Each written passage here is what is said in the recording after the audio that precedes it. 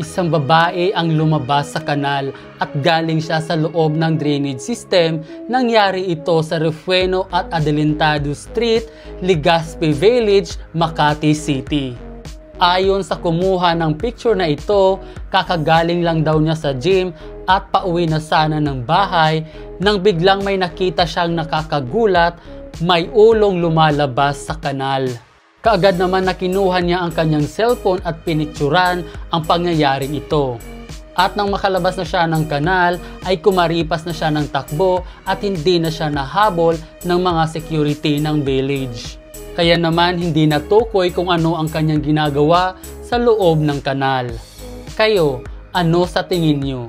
I think ginawa niya itong tulugan. Ang babaeng ito na beauty content creator patay matapos barilin habang naka-livestream sa TikTok. Siya si Valeria Marquez from Mexico. At alam nyo ba na naging isa siya sa mga kandidato bilang Miss Jalisco Mexico noong 2023. Siya ay 23 years old at habang naka-live sa loob ng kanyang sariling salon tungkol sa kagandahan at makeup ay siya ay pinagbabaril. Ang dahilan ng pagpatay sa kanya ay posible daw na femicide, isang gender-based violence kung saan intentional ang pagpatay. O inaabuso ang isang babae dahil sa kanyang kasarian. Ayon ito sa Jalisco State's prosecutor. It's so sad for what happened to her. You may now rest in peace. Isang ina ang sinunog ang kanyang 3 anak, pati na rin ang kanyang sarili. Nangyari ito mismo sa loob ng bahay nila kung saan sa San Vicente, Bulacan. Binuhusan niya muna ng paint thinner ang 3 mga batang ito at saka sinindihan gamit ang pusporo at sinunod niya din ang kanyang sarili. Kaya naman inabutan sila na sunog ang kanilang mga katawan at wala na itong buhay. Bago niya ito gawin, pumunta muna siya ng barangay at nirereklamo niya ang kanyang asawa dahil di umano ay nahuli niya ito na nambababae at pinakikialaman sila ng kanyang biyenan.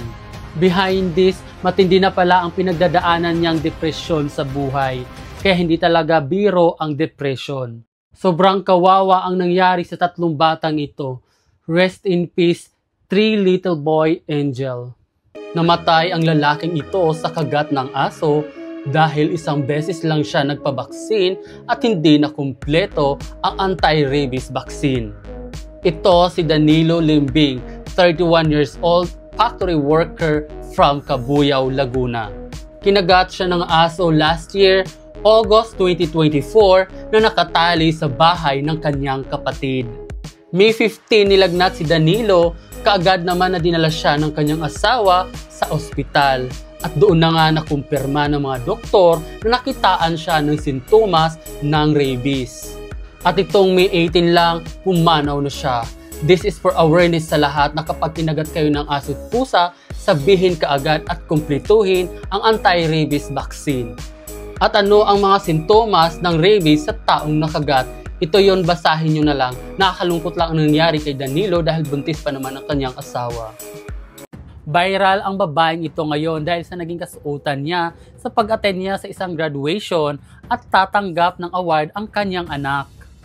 Siya si Bernadette Flores from Cebu. Nag-ala Miss Universe lang naman siya dahil sa kanyang suot, wearing white dress. Dahil sa kanyang naging outfit, marami siyang naging basher. Pero marami din ang natuwa sa kanya. Para sa akin, wala namang mali dyan as long as na comfortable siya with confidence for the go lang. Ito ang video niya habang naglalakad together with her daughter. Bagay nga sa kanya dahil mayroon siyang magandang katawan at morenang skin color. At ngayon marami ang nag-o-offer sa kanya na gawin siyang model ambassador ng mga dress, beauty salon at marami pang iba. Siguro inggit lang sa kanya yung mga taong nambabash sa kanya. Slay Bernadette Flores. Ano ang masasabi niyo sa kanya? Principal sa Lawaan Antique National High School nagalit sa mga graduating student at nais ipatanggal ang suot na toga. Kaya naman nagkaroon ito ng tension bago magsimula ang graduation ceremony.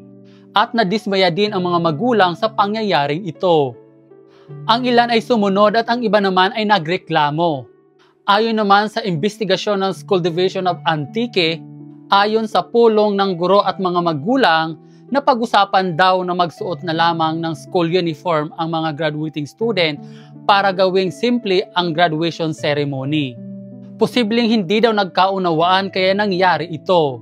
Para sa akin, mali ang ginawa ng principal na ito. Dapat ang ginawa niya, pagkatapos ng graduation, nagpatawag ulit siya ng meeting at saka doon siya nagalit, hindi niya sinira yung araw ng graduation mismo. Dapat masaya lang. To all graduating this year, congratulations! Ang Russian-American vlogger na ito na si Vitaly ay hindi siya ipapadeport kung hindi ay makukulong muna siya dito sa Pilipinas. Sinabi ito ng DILG Secretary John Vic Rimulya at utos ng ating Pangulo na dapat siyang makulong at managot sa kanyang ginawa. Kung saan sa BGC na may binastos siyang isang babae sa daan, sa pilitang hiniram ang bike at nasira, nag-drive ng tricycle at may nasaktan. Pati mga security guard ay hindi niya rin pinalagpas. Pumasok din siya sa isang restaurant at kinuha niya ang electric fan. At nangaharas ng mga tao. Kaya naman ilan sa mga biktima niya ang nagsampa ng kaso sa kanya. Alam niyo ba na si Vitaly ay mayroong 7 million plus na followers sa Blue App at for the content lang ang kanyang mga ginawa pero hindi kasi ito nakakatuwa. Ano sa tingin niyo? Deserve niya bang makulong?